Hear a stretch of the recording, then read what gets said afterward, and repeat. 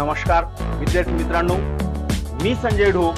आज आपण या व्हिडिओमध्ये बघणार आहोत वर्ग 8 विषय इतिहास व नागरिकशास्त्र या विषयाचं प्रकरण 3 ब्रिटिश सत्तेचे परिणाम। ब्रिटिश सत्तेचे परिणाम। विद्यार्थी मित्रांनो, मी तुम्हा सर्वांना विनंती करतो की मी अपलोड केलेले सर्व नवनवीन व्हिडिओ बघण्यासाठी तुम्ही माझ्या या YouTube चॅनलला सबस्क्राइब करा, म्हणजे तुम्हाला मी अपलोड केलेले सर्व नवनवीन व्हिडिओ त्याच ठिकाणी मिळतील। चला तर विद्यार्थी मित्रांनो, आपण या प्रकरणाला सुरुवात करतो। या प्रकरणाचा पहिला भाग, ब्रिटिश ईस्ट इंडिया कंपनीची स्थापना।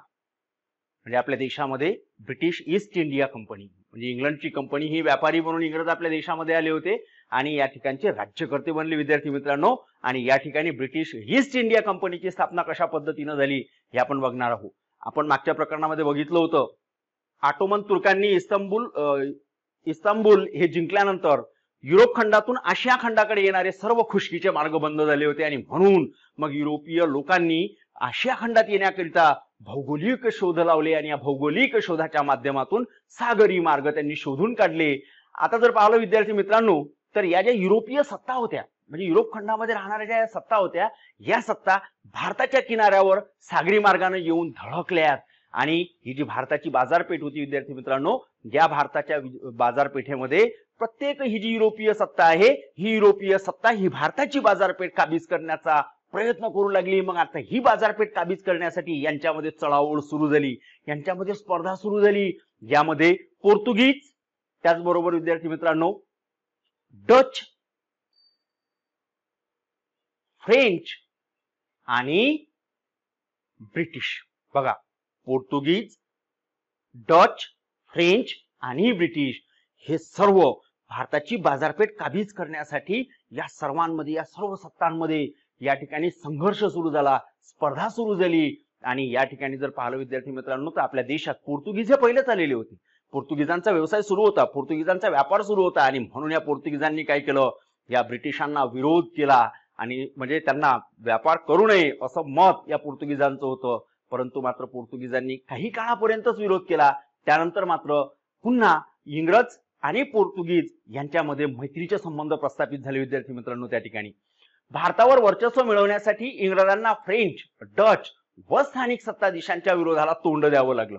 आता या ब्रिटिशांना भारतावर वर्चस्व प्रस्थापित करायचं होतं, वर्चस्व मिळवायचं होतं आणि त्याकरिता या ठिकाणी असलेल्या फ्रेंच, डच आणि स्थानिक जे सत्ताधीश होते, या सत्ताधीशांसोबत या सत्ताधीशांच्या विरोधाला मात्र ब्रिटिशांना म्हणजेच इंग्रजांना त्या ठिकाणी विद्यार्थी मित्रांनो तोंड द्यावं लागलं। इंग्रज व मराठी बघा, आता इंग्रज आणि मराठ्यांमध्ये काय झालं, इंग्रज आणि मराठ्यांचे कशा प्रकारचे संघर्ष झालेले आहेत। मुंबई हा जो प्रांत होता, हा मुंबई प्रांत म्हणजे इंग्रजांचं पश्चिम भारतातील प्रमुख केंद्र होतं। म्हणजे मुंबई या भागावर, मुंबई या प्रांतावर पूर्णपणे इंग्रजांचा ताबा होता आणि पश्चिम भारतातील एक प्रमुख केंद्र ते इंग्रजांचं त्या ठिकाणी बनलं होतं। आणि मग इंग्रजांना काय वाटू लागलं की या मुंबईच्या आजूबाजूचा जो परिसर आहे, हा परिसर आपण मिळवायला पाहिजे आणि त्या दृष्टीने त्यांनी प्रयत्न सुद्धा सुरू केले। परंतु विद्यार्थी मित्रांनो, मुंबई जवळपासच्या प्रदेशावर मात्र मराठ्यांची घट्ट पकड होती आणि मराठे हे लढावय्ये होते, शूर होते, पराक्रमी होते आणि अशा मराठ्यांवर आक्रमण करून त्यांना जिंकणं एवढं सहजासहजी शक्य नव्हतं। आणि म्हणून इंग्रजांनी या मुंबईच्या आजूबाजूचा परिसर जिंकण्याचा प्रयत्न सुरू केला। परंतु मुंबई या प्रदेशाच्या आजूबाजूच्या परिसरामध्ये मात्र मराठ्यांची घट्ट पकड होती। आता या मराठ्यांमध्ये जर विद्यार्थी मित्रांनो आपण बघितलं, तर माधवराव पेशवे यांचा कालांतराने मृत्यू झाला आणि यांचा मृत्यू झाल्यानंतर त्यांचे चुलते, त्यांचं नाव होतं रघुनाथराव। आता या रघुनाथरावांना पेशवे पदाची लालसा लागली, कारण माधवराव पेशवेंचा मृत्यू झाला, मग पेशवेपद मलाच मिळते अशा प्रकारची अपेक्षा या रघुनाथरावांना होती। परंतु ते पेशवेपद त्यांना सहजासहजी मिळेल असं मुळीच नव्हतं आणि म्हणून रघुनाथराव हे इंग्रजांकडे गेले। इंग्रजांना त्यांनी मदत मागितली की मला पेशवेपद मिळून द्या, याकरिता तुम्ही मला सहकार्य करा, तुम्ही मला मदत करा। आणि रघुनाथरावांनी इंग्रजांना मदत मागितली। त्याचबरोबर या मराठ्यांचं जे राजकारण होतं, या मराठ्यांच्या राजकारणामध्ये विद्यार्थी मित्रांनो इंग्रजांचा शिरकाव झाला। इंग्रजांनी या मराठ्यांच्या भूमीत, या मराठ्यांच्या प्रदेशामध्ये पाऊल टाकलं। आता जर पाहिलं विद्यार्थी मित्रांनो, तर इंग्रज आणि मराठे यांच्यामध्ये युद्ध झालं।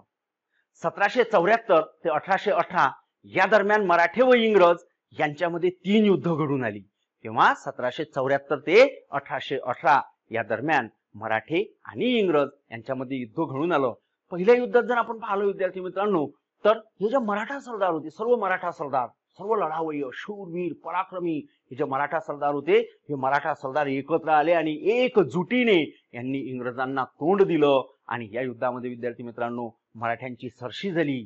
त्याचबरोबर जर पाहिलं तर 1882 साली सालबाईचा तह होऊन पहिले इंग्रज मराठा युद्ध त्या ठिकाणी थांबलं. म्हणजे 1782 साली सालबाईचा तह झाला आणि ह्या तह झाल्यानंतर पहिलं जे युद्ध इंग्रज आणि मराठा यांच्यामध्ये झालं होतं ते युद्ध विद्यार्थी मित्रांनो त्या ठिकाणी थांबलं. तैनाती फौज. आता जर विद्यार्थी मित्रांनो आपण पाहिलं तर इंग्रजांना या देशावर म्हणजे भारत देशावर संपूर्णपणे वर्चस्व प्रस्थापित करायचं होतं. अशा प्रकारचं धोरणच इंग्रजांचं होतं.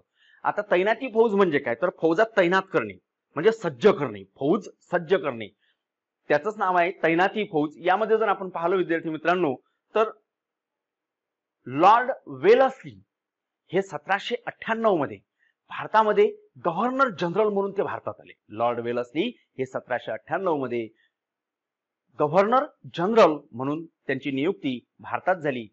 आता जर पाहिलं तर भारतावर इंग्रजांचे वर्चस्व प्रस्थापित करण्याचं धोरण या लॉर्ड वेलस्लीचं होतं. म्हणजे संपूर्ण भारत त्यांना काबीज करायचा होता. हा भारत काबीज करून या संपूर्ण देशावर, या संपूर्ण भारत देशावर इंग्रजांचं वर्चस्व प्रस्थापित करण्याचं धोरण लॉर्ड वेलस्लीने आखायला सुरुवात केली. मग त्यांनी यासाठी तैनाती फौज आणली. या तैनाती फौजेचे आपल्या देशातील जे वेगवेगळे सत्ताधीश होते, वेगवेगळ्या प्रांताचे जे राज्यकर्ते होते, या वेगवेगळ्या सत्ताधीशांसोबत या लॉर्ड वेलस्ली यांनी या तैनाती फौजेचे विद्यार्थी मित्रांनो करार केले. आणि यामध्ये जर पाहिलं तर तैनाती फौजेचे करार करून लॉर्ड वेलस्ली यांनी कशाचं आश्वासन दिलं, म्हणजे ब्रिटिशांनी कशाचं आश्वासन दिलं, तर भारतीय सत्ताधीशांना इंग्रजांच्या लष्करी मदतीचं आश्वासन दिलं की जे भारतीय सत्ताधीश आहे यांच्यावर जर कोणी आक्रमण केलं तर त्या आक्रमणामध्ये आम्ही तुम्हाला सहकार्य करू, आम्ही तुम्हाला मदत करू, लष्करी मदत करू, असं आश्वासन ब्रिटिशांनी या भारतीय सत्ताधीशांना विद्यार्थी मित्रांनो त्या ठिकाणी दिलं. आता आपल्याला बघायचं आहे का या तैनाती फौजेच्या अटी काय होत्या. तैनाती फौजेचे करार तर लॉर्ड वेलस्ली यांनी केले, परंतु भारतीय सत्ताधीशांशी केले, परंतु त्यामध्ये या तैनाती फौजेमध्ये कोणकोणत्या अटी होत्या, कशा प्रकारच्या अटी होत्या, तर बघा विद्यार्थी मित्रांनो पहिली अट या ठिकाणी दिसते, राज्यकर्त्यांच्या राज्यात इंग्रजांचे लष्कर ठेवावे. म्हणजे जे भारतीय राज्यकर्ते होते, ज्या भारतीय राज्यकर्त्यांनी तैनाती फौजेचे करार केलेले होते, अशा राज्यकर्त्यांनी काय करायचं होतं, तर त्यांच्या राज्यामध्ये, त्यांच्या प्रदेशामध्ये ही जी इंग्रजाचं लष्कर होतं, इंग्रजाची ही जी फौज होती, ही फौज कुठे ठेवायची होती, तर भारतीय राज्यकर्त्यांच्या प्रांतात किंवा राज्यकर्त्याच्या प्रदेशात किंवा त्याच्या राज्यात ठेवायची होती.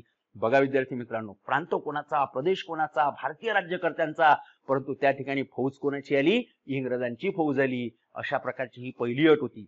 यानंतर विद्यार्थी मित्रांनो आपण बघूया दुसरी अट आहे, लष्कराच्या खर्चासाठी रोख रक्कम किंवा तेवढ्या उत्पन्नाचा प्रदेश कंपनीला तोडून द्यावा. बघा दुसरी अट त्या ठिकाणी सांगितली की लष्कराच्या खर्चासाठी रोख रक्कम, म्हणजे जे लष्कर आहे या लष्करावर जेवढा खर्च होईल तो खर्च निघण्यासाठी, तो खर्च मिळवण्यासाठी म्हणून त्या लष्करावर होणारा खर्च हा रोख रकमेत द्यावा, किंवा जर रोख रकमेत देणं होत नसेल तर तेवढ्या उत्पन्नाचा प्रदेश कंपनीला तोडून द्यावा. म्हणजे ईस्ट इंडिया कंपनीला तेवढा उत्पन्नाचा प्रदेश, म्हणजे ज्या प्रदेशातून तेवढं उत्पन्न होईल एवढा प्रदेश हा कंपनीला, ईस्ट इंडिया कंपनीला तोडून द्यावा. अशा प्रकारची विद्यार्थी मित्रांनो दुसरी अट होती. तर चला यानंतर आपण तिसरी अट बघूया, इतरांशी इंग्रजांच्या मध्यस्थीनेच संबंध ठेवावे.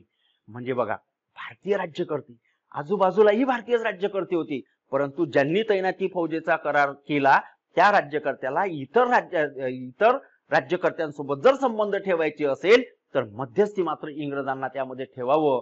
म्हणजे आपल्याच देशातले राज्यकर्ते, एक राज्यकर्ता दुसऱ्या राज्यकर्त्यासोबत जर संबंध ठेवत असेल तर त्यामध्ये मध्यस्थी म्हणून कोण आलाय, इंग्रज आलेले आहे. मग बघा विद्यार्थी मित्रांनो, आपल्या देशातल्या या राज्यकर्त्यांची जी गुपितं होती, ज्या गोपनीय गोष्टी होत्या, ह्या गोपनीय राहिल्यात का, नाही. त्याचं कारणच असं का त्यामध्ये मध्यस्थी जर इंग्रज करत आहे किंवा इंग्रजांचा जर अधिकारी मध्यस्थी करत आहे तर सर्व गोष्टी इंग्रज अधिकाऱ्यांना माहिती होत आहे. म्हणजे तुम्ही इंग्रजांविरुद्ध कुठल्याही प्रकारचं षडयंत्र तुम्ही रचू शकत नाही. आणि अशा पद्धतीनं ज्यांनी तैनाती फौजेचे करार केले त्यांची अशी परिस्थिती झाली. चला विद्यार्थी मित्रांनो यानंतर बघूया आपण चौथी अट आहे, आपल्या दरबारी इंग्रजांचा रेसिडेंट ठेवावा. ज्या राज्यकर्त्यांनी या तैनाती फौजेचे करार केले त्या राज्यकर्त्याच्या दरबारामध्ये एक इंग्रजांचा रेसिडेंट म्हणजे प्रतिनिधी, म्हणजे प्रतिनिधी पण राहिले म्हणजे त्या ठिकाणी कायमस्वरूपी मुक्कामी प्रतिनिधी आपण त्याला म्हणूया. इंग्रजांचा रेसिडेंट म्हणजे त्या ठिकाणी तो मुक्कामी असलेला, त्यांच्या दरबारात प्रत्येक दरबारात तो हजर असेल, उपस्थितीत असेल, म्हणजेच तो इंग्रजांचा प्रतिनिधी असेल. अशा प्रकारे विद्यार्थी मित्रांनो या तैनाती फौजेच्या अटी होत्या. या अटींमुळे काय झालं तर बघा या ठिकाणी दिसत असेल भारतातील काही राज्यकर्त्यांनी ही पद्धत मात्र स्वीकारली व आपलं स्वातंत्र्य गमावलं. बघा त्यांनी स्वातंत्र्य कसं गमावलं, या ज्या वरच्या अटी आपल्याला दिसत आहे विद्यार्थी मित्रांनो या ठिकाणी याच्यातून हेच होते, कारण जरी आपण स्वतंत्र असू तरी आपल्याला कोणाचं नियंत्रण आलंय, इंग्रजांचं नियंत्रण आलंय. कारण त्यांचं लष्कर आपल्या प्रदेशात आहे, आपल्या राज्यात आहे. त्यांना आपण काही उत्पन्नाचा म्हणजे तेवढ्या रोख उत्पन्नाचा जो प्रदेश आहे हा प्रदेश त्यांना सोडून दिलेला आहे. इतरांसोबत संबंध हे आपण इंग्रजांच्या मध्यस्थीने ठेवायला लागलो आणि आपल्या दरबारामध्ये इंग्रजांचा रेसिडेंट म्हणजेच प्रतिनिधी आपण ठेवला. याचाच अर्थ असा की आपण स्वतंत्र असून सुद्धा पारतंत्र्यात गेलोय आणि म्हणून भारतातील काही सत्ताधीशांनी ही पद्धत स्वीकारली आणि आपलं ते स्वातंत्र्य हिरावून बसले. 1802 मध्ये दुसऱ्या बाजीराव पेशव्याने इंग्रजांशी तैनाती फौजेचा करार केला. 1802 मध्ये दुसरा बाजीराव पेशव्याने इंग्रजांसोबत तैनाती फौजेचा करार केला. हा करार वसईचा तह म्हणून सुद्धा ओळखला जातो. हा जो वसईचा तह झाला होता विद्यार्थी मित्रांनो, हा तह काही जे मराठे पराक्रमी शूर वीर सरदार होते या सरदारांना तो मान्य नव्हता आणि म्हणून त्यांनी एकत्रित येऊन पुन्हा इंग्रजांसोबत लढा दिला. म्हणून दुसरं इंग्रज मराठा युद्ध झालं. परंतु विद्यार्थी मित्रांनो या युद्धामध्ये मराठ्यांचा पराभव झाला आणि इंग्रजांचा विजय झाला. मग इंग्रजांचा विजय झाल्यामुळे काय झालं का या मराठी मुलखामध्ये, या मराठी प्रदेशामध्ये, या मराठी भूमीमध्ये आता इंग्रजांचा हस्तक्षेप वाढू लागला. म्हणजे कारण ते आता रीतसर आले होते, युद्ध जिंकून आले होते आणि त्यामुळे त्यांचा हस्तक्षेप मराठी प्रांतात, मराठी प्रदेशात, मराठी भूमीत वाढू लागला. हा हस्तक्षेप या संपूर्ण मराठ्यांना नकोसा वाटू लागला. याबद्दल सर्व मराठ्यांच्या मनात चीड निर्माण झाली आणि दुसऱ्या बाजीरावने इंग्रजांविरुद्ध युद्ध पुकारलं. परंतु या युद्धात मात्र विद्यार्थी मित्रांनो दुसऱ्या बाजीरावांचा पराभव झाला. 1818 मध्ये दुसऱ्या बाजीरावांनी शरणागती पत्करली. त्यावेळी दिल्लीचा संपूर्ण नियंत्रणाचा ताबा, देखरेखीचा ताबा हा दौलतराव शिंदे यांच्याकडे सोपवण्यात आला होता आणि दौलतराव शिंदे आणि त्यांची फौज त्या ठिकाणी या दिल्लीचं नियंत्रण करत होते. जनरल लेक यानं दौलतराव शिंदेच्या फौजेचा पराभव केला. त्याने दिल्लीवर सुद्धा आक्रमण केलं आणि दौलतराव शिंदेच्या फौजेचा पराभव केला आणि मुघल बादशहाला ताब्यात घेतलं आणि विद्यार्थी मित्रांनो दिल्ली काबीज केली. आणि याचबरोबर या इंग्रजांनी हिंदुस्थान जिंकला. म्हणजे हिंदुस्थानात त्यांनी वर्चस्व प्रस्थापित करायला सुरुवात केली. छत्रपती प्रताप सिंह होते विद्यार्थी मित्रांनो. आता जर आपण पाहिलं तर या पेशवाईचा अस्त झाला तरी मात्र सातारचे छत्रपती प्रताप सिंह गादीवर होते. या ठिकाणी तुम्हाला छत्रपती प्रताप सिंह दिसत असेल तर हे सातारचे छत्रपती प्रताप सिंह सातारच्या गादीवर होते. इंग्रजांनी छत्रपती प्रताप सिंहांशी तह केला, युद्ध नाही केलं, त्यांच्यासोबत तह केला आणि तह करून त्यांच्याकडे ग्रँड डफ या नावाचा जो अधिकारी होता या अधिकाऱ्याला त्यांना राज्यकारभारात मदत करण्यासाठी त्याची नेमणूक केली. म्हणजे छत्रपती प्रताप सिंहांच्या राज्यकारभारात मदत करण्यासाठी म्हणून ग्रँड डफ या इंग्रज अधिकाऱ्याची त्या ठिकाणी नेमणूक करण्यात आली. आता याच्यात जर आपण पाहिलं विद्यार्थी मित्रांनो तर छत्रपती प्रताप सिंह यांचं काय झालं पुढं, यांच्यासोबत तह करून त्यांच्या राज्यकारभारात मदत करण्यासाठी म्हणून ग्रँड डफ या अधिकाऱ्याची त्या ठिकाणी नेमणूक करण्यात आली. आता यांना कालांतरानं काय झालं, मग प्रताप सिंह गादीवर होतेच परंतु प्रताप सिंहांना त्यांनी गादीवरून पदच्युत केलं आणि पदच्युत करून विद्यार्थी मित्रांनो त्यांना काशी या ठिकाणी कैदेत ठेवण्यात आलं. म्हणजे बघा पहिले तह केला, तह करून त्या ठिकाणी एक इंग्रज अधिकाऱ्याची नेमणूक केली, इंग्रज अधिकाऱ्याची नेमणूक करून त्यांना गादीवरून पदच्युत केलं आणि पदच्युत करून त्यांना काशी या ठिकाणी कैद करण्यात आलं. 1847 मध्ये या छत्रपती प्रताप सिंहांचा विद्यार्थी मित्रांनो मृत्यू झाला. त्यांचे जे कारभारी होते रंगो बापूजी गुप्ते यांना मात्र या संपूर्ण याची चीड आली का छत्रपती प्रताप सिंहांसोबत तुम्ही करार करून म्हणजेच तुम्ही करार केला आणि त्यांना नंतर पदच्युत करून त्यांना काशीला ठेवण्यात आलं, त्यांचा मृत्यू झाला. म्हणजे हे या बाबीबद्दल, या अन्यायाबद्दल छत्रपती प्रताप सिंहांचे कारभारी रंगो बापूजी गुप्ते यांनी खूप न्याय मागण्याचा प्रयत्न केला. या अन्यायाविरुद्ध ते इंग्लंड पर्यंत पोहोचले तरीही मात्र या कारभारी रंगो बापूजी गुप्ते यांच्या या न्याय मिळवण्याच्या प्रयत्नात कुठल्याही प्रकारचं विद्यार्थी मित्रांनो त्या ठिकाणी यश मिळालं नाही. याच्यात जर आपण पाहिलं तर लॉर्ड डलहौसी, या लॉर्ड डलहौसीनं काय केलं विद्यार्थी मित्रांनो, तर सातारचं जे दत्तक विधान होतं हे दत्तक विधानच लॉर्ड डलहौसी यांनी नामंजूर केलं आणि त्याचबरोबर 1848 मध्ये सातारचे राज्य त्यांनी खालसा केले आणि हा संपूर्ण प्रदेश, सातारचा प्रदेश त्यांनी आपल्या इंग्रजी मुलखाला जोडला. आता बघा विद्यार्थी मित्रांनो, ब्रिटिश सत्तेचे भारतावरील परिणाम. या ब्रिटिश सत्तेचे भारतावर काय काय परिणाम झाले यामध्ये जर पाहिलं आपण तर दुहेरी राज्य व्यवस्था आहे. 1765 मध्ये रॉबर्ट क्लाइव्ह यांनी बंगाल प्रांतामध्ये रॉबर्ट क्लाइव्ह यांनी 1765 मध्ये बंगाल प्रांतामध्ये दुहेरी राज्य व्यवस्था अस्तित्वात आणायला सुरुवात केली. आता ही दुहेरी राज्य व्यवस्था होती काय, ही दुहेरी राज्य व्यवस्था कशाला म्हणायचं, तर त्यामध्ये जर विद्यार्थी मित्रांनो आपण पाहिलं तर महसूल गोळा करण्याचं जे काम होतं हे महसूल गोळा करण्याचं काम ब्रिटिश ईस्ट इंडिया कंपनीकडे सोपवण्यात आलं. म्हणजे त्या बंगाल प्रांतामधील जो महसूल असेल, जो कर असेल, हा कर वसूल करण्याचं किंवा ते गोळा करण्याचं महत्वाचं काम हे कोणाकडे सोपवण्यात आलं, ईस्ट इंडिया कंपनीकडे सोपवण्यात आलं. आणि त्याचबरोबर जर पाहिलं तर बंगाल या प्रांतामध्ये शांतता व सुव्यवस्था राखण्याचं काम बंगालच्या नवाबाकडे सोपवण्यात आलं. बघा काय म्हणते, दुहेरी राज्य व्यवस्था बंगाल प्रांतामध्ये 1765 मध्ये रॉबर्ट क्लाइव्ह यांनी सुरू केली आणि यामध्ये महसूल गोळा करण्याचं काम हे ईस्ट इंडिया कंपनीकडे सोपवण्यात आलं आणि या बंगाल प्रांतामध्ये शांतता व सुव्यवस्था राखण्याचं काम बंगालच्या नवाबाकडे सोपवण्यात आलं. यालाच विद्यार्थी मित्रांनो दुहेरी राज्य व्यवस्था असे म्हणतात. आता जर पाहिलं तर या दुहेरी राज्य व्यवस्थेचे दुष्परिणाम आपण बघूया की दुहेरी राज्य व्यवस्था आली आणि दुहेरी राज्य व्यवस्थेचे काय दुष्परिणाम होऊ लागले. मग जे इंग्रज म्हणजे जे ईस्ट इंडिया कंपनीतील जे अधिकारी वर्ग होता, कारण या ईस्ट इंडिया कंपनीकडे बंगाल प्रांताचा संपूर्णपणे महसूल गोळा करण्याचा किंवा कर गोळा करण्याचे अधिकार आलेले होते आणि त्यामुळं म्हणजे ही इंग्रज अधिकारी काय करत असे, त्यांच्याकडे गोळा झालेला कर, त्यांच्याकडे गोळा झालेला महसूल हा कंपनीच्या खात्यात न जाता ते आपल्या स्वतःच्या खिशात विद्यार्थी मित्रांनो त्या ठिकाणी ठेवू लागले. आता यावर जर पाहिलं आपण, कारण आपल्या देशामध्ये जर पाहिलं तर व्यापार करण्याचे संपूर्ण अधिकार, संपूर्ण मक्ता हा कोणाकडे होता, ईस्ट इंडिया कंपनीकडे दिला होता आणि या ईस्ट इंडिया कंपनीकडे आपल्या देशामध्ये व्यापार करण्याचा पूर्ण मक्ता होता.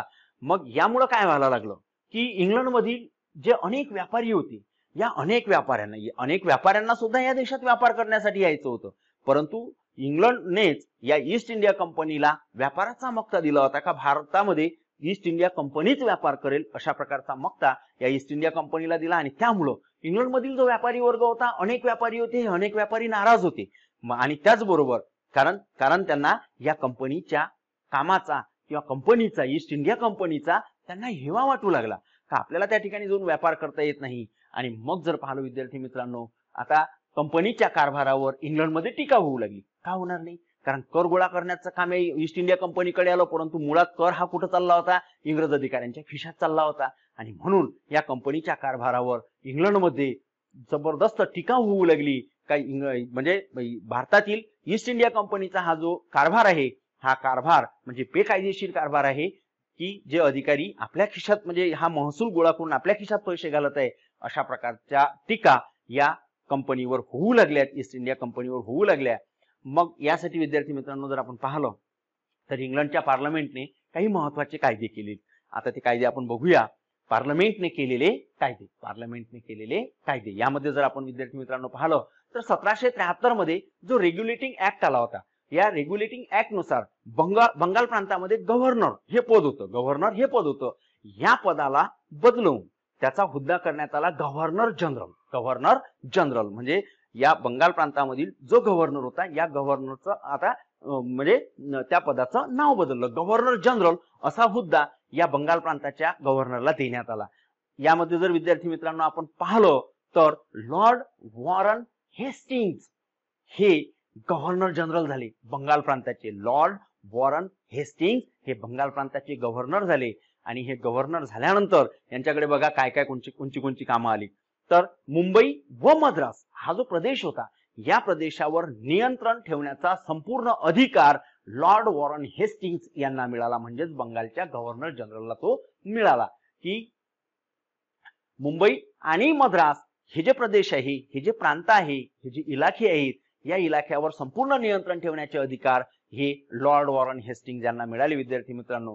त्याचबरोबर जर पाहिलं तर यांच्यासोबत लॉर्ड वॉरन हेस्टिंग्ज म्हणजेच गव्हर्नर जनरल यांना मदत करण्यासाठी म्हणून 4 सदस्यांची एक समिती सुद्धा गठीत करण्यात आली.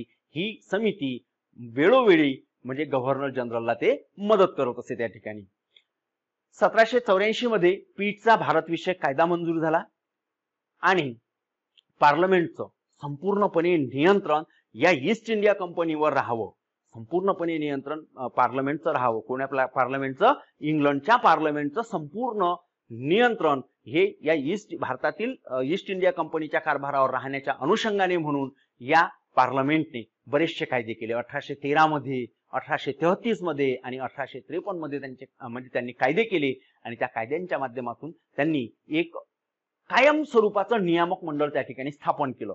कायम स्वरूपाचं नियामक मंडळ स्थापन केलं. हे नियामक मंडळ काय करत असे? हे नियामक मंडळ ईस्ट इंडिया कंपनीच्या भारतातील राज्यकारभारावर नियंत्रण ठेवण्याचं काम करत असे, त्यांच्यावर लक्ष ठेवण्याचं काम करत असे, वेळोवेळी त्यांना सूचना सुद्धा ते देत असे. अशा प्रकारचं कायम स्वरूपाचं नियामक मंडळ विद्यार्थी मित्रांनो त्या ठिकाणी स्थापन करण्यात आलं.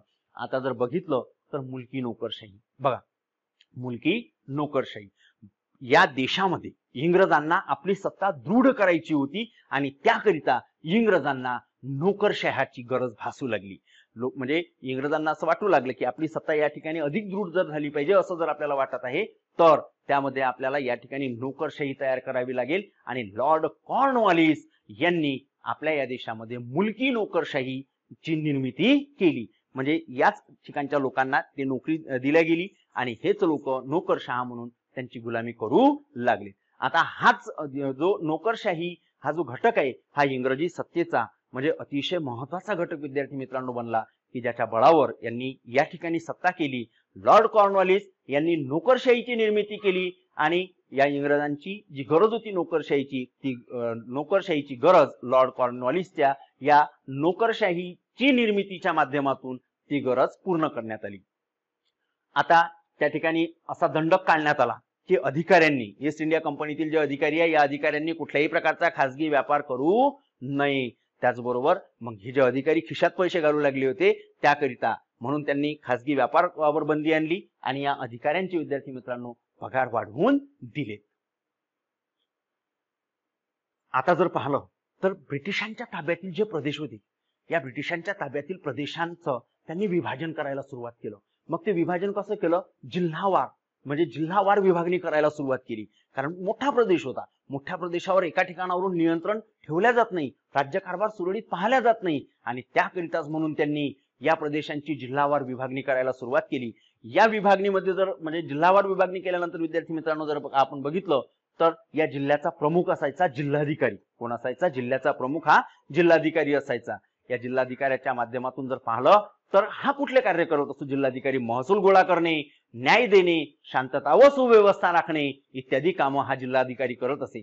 महसूल गोळा करण्याचं काम करत असे, न्याय देण्याचं काम करत असे आणि त्याचबरोबर त्या प्रांतामध्ये शांतता म्हणजे त्या जिल्ह्यामध्ये शांतता व सुव्यवस्था राखण्याचं महत्वाचं काम किंवा ही जबाबदारी जिल्हाधिकाऱ्यांवर सोपवण्यात आली.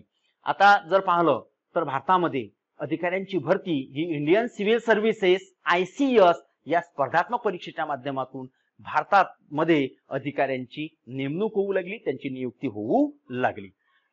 तर लष्कर व पोलीस दल, लष्कर व पोलीस दल यामध्ये जर विद्यार्थी मित्रांनो बघितलं तर लष्कराकडे कुठले कामं असायचे? ब्रिटिशांच्या ताब्यातील जे प्रदेश आहे या प्रदेशांचं संरक्षण करण्याची महत्वाची जबाबदारी या लष्कराकडे सोपवण्यात आलेली होती.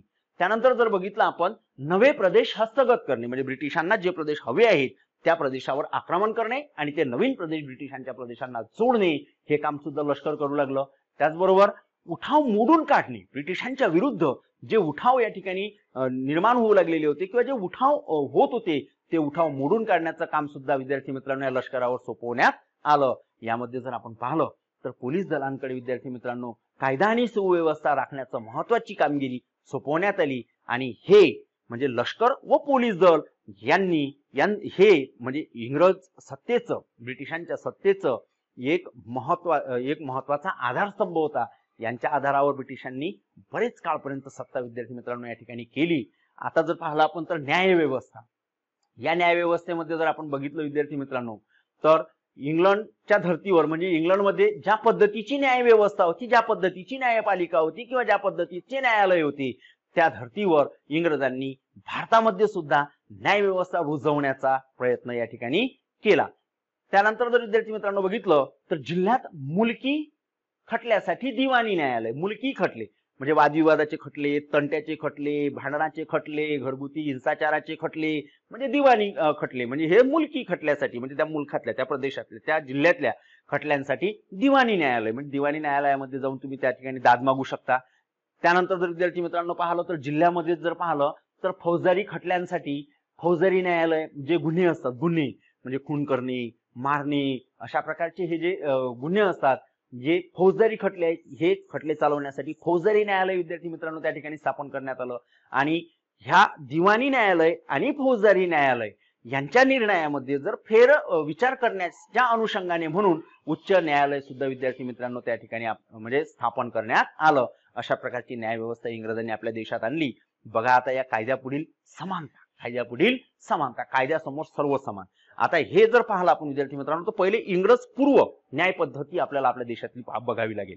यामध्ये जर आपण बघितलं म्हणजे इंग्रज येण्यापूर्वी जर न्याय व्यवस्था आपल्या देशातली बघितली तर वेगवेगळ्या प्रदेशामध्ये वेगवेगळे कायदे होते, वेगवेगळ्या प्रदेशामध्ये वेगवेगळे कायदे काही सारखे नव्हते. मग हे न्यायदानाचं कार्य करत असताना जाती धर्मानुसार भेदभाव केला जात असे. ज्या व्यक्तीला न्याय द्यायचा आहे त्या व्यक्तीच्या न्यायदानाच्या पद्धतीवर जातीनुसार धर्मानुसार त्यामध्ये भेदभाव केला जात होता. मग लॉर्ड मेकालो यांच्या नेतृत्वाखाली एक विधी समिती गठीत करण्यात आली आणि या कायद्याची एक संहिता त्या ठिकाणी विद्यार्थी मित्रांनो तयार केल्या गेली. आणि ही संहिता तयार झाल्यानंतर या कायद्यामध्ये कायद्यापुढे सर्व समान, कायद्यापुढे सर्व समान म्हणजे कायदा सर्वांसाठी समान आहे, कायदा सर्वांसाठी सारखा आहे, हे इंग्रज सरकारनं म्हणजे इंग्रजांनी म्हणजेच ब्रिटिशांनी रूढ केलं. आणि कायद्यासमोर कोणीही छोटा मोठा नाही, कोणीही गरीब श्रीमंत नाही, तर कायद्यासमोर सर्व समान आहे हे इंग्रजांनी या ठिकाणी विद्यार्थी मित्रांनो रुजवलं. म्हणून या ठिकाणी म्हटलंय की कायद्यापुढील समानता. परंतु जर का विद्यार्थी मित्रांनो आपण बघितलं तर यामध्ये सुद्धा आपल्याला काही दोष असलेले दिसून येतात या पद्धतीमध्ये. आता या पद्धतीमध्ये काय दोष होते? एक जर पाहिलं तर ब्रिटिशांची खटले चालवण्यासाठी स्वतंत्र न्यायालय विद्यार्थी मित्रांनो त्या ठिकाणी स्थापन करण्यात आले. त्याचबरोबर वेगळे कायदे अस्तित्वात आले, म्हणजे ब्रिटिशांसाठी तर स्वतंत्र न्यायालय स्थापन करण्यातच आले, त्याबरोबर वेगळे कायदे सुद्धा त्यांच्यासाठी अस्तित्वात आले, म्हणजे भारतीयांसाठी वेगळे कायदे, ब्रिटिशांसाठी वेगळे कायदे. त्यानंतर नवे जे कायदे होते विद्यार्थी मित्रांनो, हे नवे कायदे जो भारतातील सर्वसामान्य माणूस होता, या सर्वसामान्य माणसाला हे नवीन कायदे सहजासहजी समजत नसे. न्याय ही जर बाब आपण विद्यार्थी मित्रांनो बघितली तर सर्वसामान्य लोकांसाठी खूपच खर्चिक बाब होती. कारण आपल्या ठिकाणी आपल्या घरी जर पाहिलं आपण तर म्हातारे, आपल्या घरातल्या कुटुंबातले म्हातारे आपल्या आजोबा वगैरे सांगत असतात की शहाण्याने कोर्टाची पायरी चढू नये. ते याच्यासाठी का या न्याय ही जी बाब होती हे सर्वसामान्य लोकांसाठी खर्चिक बाब होती. म्हणजे कित्येकदा त्या न्यायालयात जावं लागत असे, परंतु कित्येक खटले न्यायालयामध्ये अधिकही अडकून पडलेले आहेत. काही लोकांचे तर मृत्यू होऊन जातात तरीही मात्र त्याचे न्याय लागत नाही, अशी परिस्थिती न्यायालयांमध्ये असते. आणि म्हणून ही न्याय सर्वसामान्य लोकांसाठी अतिशय खर्चिक बाब होती. खटले वर्षानुवर्षे चालत, म्हणजे या खटल्यांचे निर्णयच लागत नव्हते, त्यातून न्यायच मिळत नव्हता, तर ते वर्षानुवर्षे खटले चालत असे. त्यामुळं न्याय ही बाब आपल्या देशातील सर्वसामान्य जनतेकरिता अतिशय खर्चिक बाब होती. या ठिकाणी विद्यार्थी मित्रांनो या प्रकरणाचा पहिला भाग संपला आहे. हा निश्चित तुम्हाला समजला असेल असं मी या ठिकाणी गृहीत धरतो. आणि या ठिकाणी विद्यार्थी मित्रांनो मी तुम्हा सर्वांना धन्यवाद देतो. या ठिकाणी थांबतो, आपली रजा घेतो. आपण भेटूया यानंतरच्या व्हिडिओमध्ये, म्हणजे याच प्रकरणाचा ब्रिटिश सत्तेचे परिणाम या प्रकरणाचा दुसरा भाग घेऊन मी येईल. त्या व्हिडिओमध्ये आपण भेटूया. तोपर्यंत तुम्हा सर्वांना धन्यवाद. मी आपली रजा घेतो, या ठिकाणी थांबतो. धन्यवाद.